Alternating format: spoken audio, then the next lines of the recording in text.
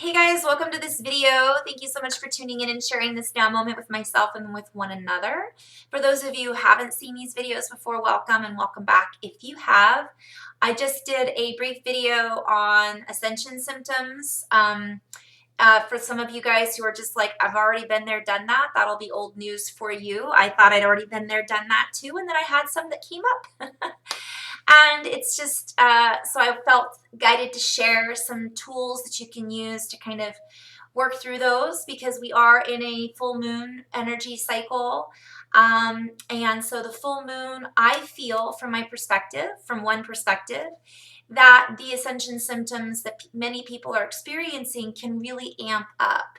It's like the amplitude turns up a notch. And I've found, and I'll just briefly touch on that and I'll go into a little bit of message and light language from here, that if we're honing in on the energies that are happening in the collective with Mother Earth, with somehow with what's going on in the cycles, it affects us. So if we are becoming more sensitive to, I just dove right into it, didn't I? If we're becoming more sensitive to the frequencies that are all around us, we may be, of course, going through our own expansiveness and sensitivities, whether it be physical, emotional, alchemical, which is all of the above, spiritual, social, economic, whatever it might be that we're really being triggered by, perhaps, or integrating, or shifting through, or changing. All of those things can feel heightened around the energies of a full moon. Whether that be because of a belief system that we've all bought into about the energies of the full moon, whether it be because our body is water and the tides are shifting around that of a full moon, so on and so forth. Also the energies around a new moon. It doesn't matter. It ultimately is something that we could be aware of. It's really important to drink a lot of water, to follow what our system is telling us to do. And I find that we're in the process of closing out a lot of old cycles. And so what happens is some of those old cycles or patterns can sometimes show up in our lives around the full moon. So if an old pattern or old cycle for you was extreme ascension symptoms, that might kind of show up again for you around that time frame of a full moon, which I usually find is 2 days before, actually 2 or 3 days before, and 2 or 3 days after, sometimes a week, like 5 days before, I'll start to feel it. So anyways, I just wanted to share that a little bit. And so I'm not going to go into the symptoms. I talked about that in my last video. I'm just going to kind of go into a little flow right now. So I invite you guys to take a deep breath in and a nice long letting go exhale. And I'm just asking that this be for the benevolence for all in alignment with the highest levels of love light. That is my intention.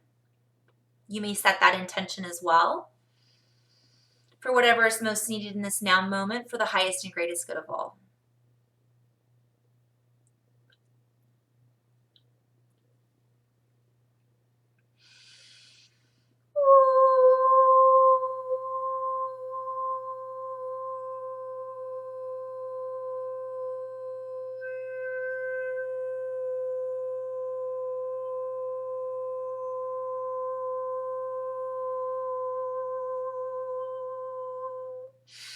Bueaste kiana hewa o uahenesteana kukuestiat istikiniana.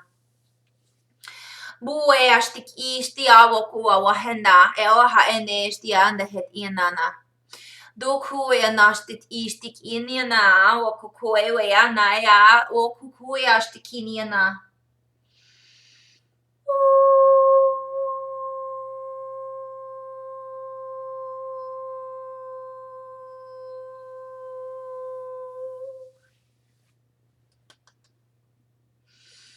Dua ok ua enehestik iniana ak ukuehenea.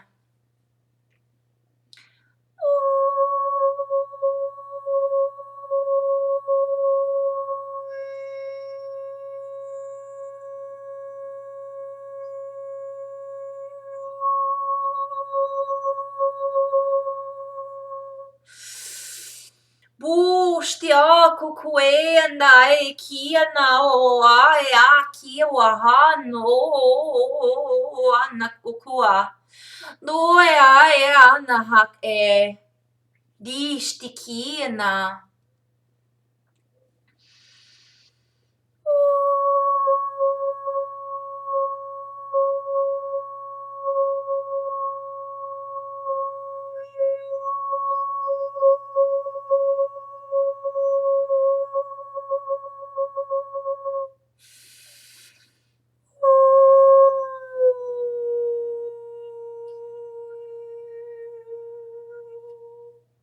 And as you do what you feel good doing, I'm having several messages come through, so I'm trying to.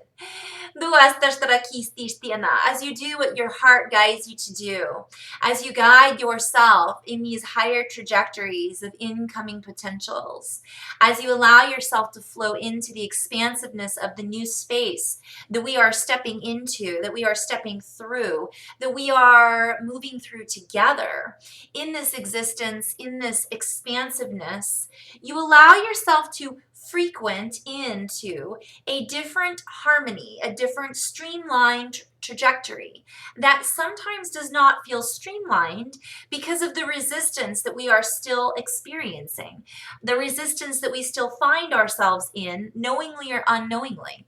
That is why we speak of, as of late, and other teachers speak of, going into the heart, going into acceptance, going into a space of a higher trajectory of sharing, of oneness, because in this compassionate field, all else falls away, and it allows more of yourself, your higher self, to unfold in a graceful, meaningful, feeling sort of way. I'm hearing get out of our own way, so to speak. For as we align ourselves with what it is to have fun, what it means to share in love and light, what it means to express in a beautiful, I'm seeing like families getting together and people having picnics and celebrations going on, and just people holding hands and not being afraid to just go up and give somebody a hug, and people being generous with their money, but it's exchange of frequency. It's what does money represent? Currency, exchange. As we do more and more and more and more and more and more of this, we allow ourselves to feel more and more and more and more and more of what we are. And we allow others to feel what it feels like to be cared for, to be seen. This is a play on words. For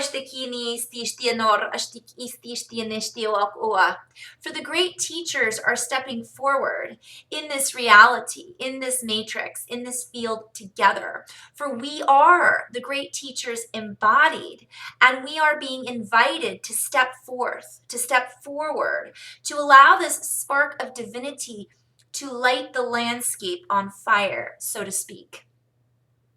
But they're saying it's not only that's true though, because we're basically like lighting up that fire of oneness with one another, and it's like we light the other person up to light the other person up, and it becomes a wildfire that can't be put out. It is in essence growing at an exponential rate and an exponential speed, light speed, so to speak. And that's also a play on words, because light is. So however you define light, think of that as, I'm seeing like light speed is in reference to quick, although there is no time, a quickening, a faster pace. I'm hearing like a pacemaker in the heart, like heart toroidal field spins. I'm seeing rainbow frequencies and colors and astrodynamics and quantum field expression and all these different ways that it's being expressed. Don't let the old sludge of expression slow you down. For on this trajectory of feeling, we allow the words to process in a frequency. So what they're kind of, I just recorded some things about light language. And what they're kind of sharing lately is that more and more people are speaking light language or ancestral tongue, and in different dialect. There is no improper way or proper way in which to do it. So those that are really hung up on the old sludge of the English language, even though the English language can be very beautiful, what they were showing me is it's a representation of an architecture built on an old system, not on the ancient system, but on an old system. So it's almost like there was the ancients, and then there was an old way that was built on top of that. So if you think of a lot of the ancient structures that were found, but then there's like even more buried underneath those. Those are the ones we're tapping into, not even the ones that were built on top to essentially cover up what it really was that we were. And as we combine these in a hybridization, so to speak, I'm seeing a reference to like hybrid vehicles and how they're using multiple ways. Like you can use gasoline, but you can also use electric, but you can also, there's like some vehicles that use both, I guess. But they're just showing that there are different ways of putting these together in a hybrid system that essentially plugs in even deeper into the old field that is coming through in this light language expression. And the more we feel what feels right, so there will be those that do not understand what feels right because they might have lost their honing system, is what they're saying. They may have lost their guidance system. I'm hearing the beacon, like they got lost out to sea, and that beacon, they got separated from it. And starseeds are allowing us to hone in back as homing devices on Mother Earth to our different star systems, but also to the different versions of I keep hearing the higher trajectory. So it's heart, guys. It's like they can't emphasize this enough. So there will be those that can find the heart through meditation. There will be those who need tools such as heart math. I talk about this a lot. To tap into the heart and coherence. There are those that will need the physical feeling of somebody else giving them a space to exist in where they can feel appreciated, loved. Anyway, there are those who will be more receptive in Mother Nature, and that is how they hone into the heart. And there will be those who use all of those to essentially remap this communication system. And as we remap these communication systems, we allow ourselves to see one another from a higher, more expansive communication portal. And this is, again, in essence, to all of the essences, all of the feelings. So it's not like just seeing one another visually, seeing it's namaste. May the light within me see the light within you. It's seeing someone for what they really are, and also seeing the light in someone else who may not see it in themselves. So we have that capability of sparking that fire by just offering them a kind smile, or bringing food to someone who's hungry, or giving a gift card to someone who didn't realize that you were even thinking of them, or that they were even in your field of awareness. And they're just basically showing, though, that this allows people to just change and shift for just a moment. So what they're sharing with me is if you get enough quick little bursts in the collective, it can be enough for these new energies of love and light to anchor in. So the more bursts that we get, it's like a beehive, right? All vibrating, and then like, let's say, it's like random acts of kindness and compassion, right? So if 10,000 of us do, or 144,000, or whatever you guys do, one random act of kindness throughout the day, those are enough to shake up. And I'm hearing shake, rattle, and roll. Like roll out, like all of these new things then have that opportunity to then the roots that have been growing from the energetic field, from our ancestors, from the earth, from our galactic brothers and sisters, from our cosmic brothers and sisters, from our other versions of us that are trying to say, hi, hello, we're here to help. And they've reached out and they're just waiting for that opportunity for the light to crack open enough for them to anchor in and say, here we are, we're going to hold your hand now, which this is already happening, but they're using this as an example to show that it really can happen at an exponential rate if we all work together, even in not only coming together, but in these random acts of kindness and being in our heart. And this is what they refer to as stabilizing the field, stabilizing the grid, counteracting the counterparts that came here to play their part in the destabilizing. And that's not what we're going to get into, but you kind of see the where they're kind of guiding us towards. And as we light up the grids, as we light up our fields, as we light up and lighten up and not take ourselves so seriously and not judge others so seriously and not condone others, or I'm hearing condone others for doing things that are not they're not necessarily of the highest wave.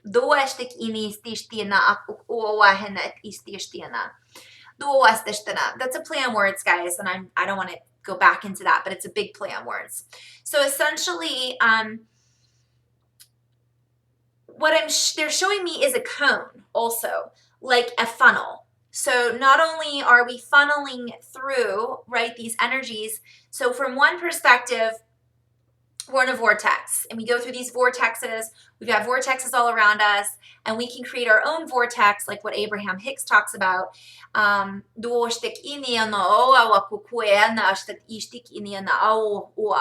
spin, our trajectory. But I'm also seeing like opening and branching that cone out, like rather than getting more dense and dense and dense and trying to squeeze everything into this one funnel, let's kind of create a lot of funnels of love and light. Let's lighten up, and it won't have to be, it's like a star compacts and gets so dense.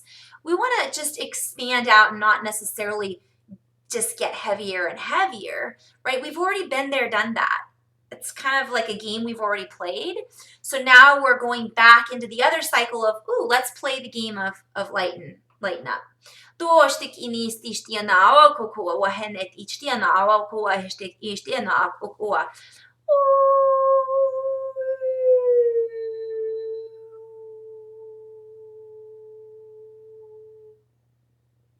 And as we share this message, we offer light to you from our heartfelt, so to speak, energy of appreciation and gratitude. And as you listen to messages from other, I'm hearing sharers of wisdom, sharers of energy, it allows you to feel the expansiveness that you are.